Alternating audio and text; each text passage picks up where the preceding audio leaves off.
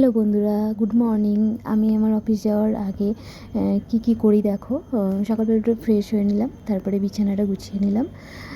এবার লাঞ্চের ব্যবস্থা করতে হবে, কারণ টিফিন ক্যারি করতে হয়। তো লাঞ্চ হচ্ছে গোলা রুটি করব, অনেক দিন ধরে খেতে ইচ্ছে করছিল।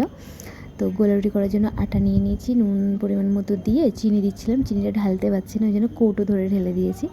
এবার জল দিয়ে ব্যাটারটা গুলে নেব, গুলে নিয়ে একটা একটা করে নেব। আমি তো পারি না, তো যা পারি ওই টিফিন তো ক্যারি করতেই হবে। তো গোলা হয়ে গেছে, এবার দেখো একটা একটা করে নেব। আস্তে আস্তে করছিলাম, তেল ছিটছিলো, আর তেল এত বেশি হয়ে গেছে, তো প্রচণ্ড অসুবিধা হচ্ছিলো, ভয়ও লাগছিলো। ওই যা পেরেছি টেরা ব্যাকা গোল, মানে যা পেরেছি নিজের খাওয়া হলেই হবে।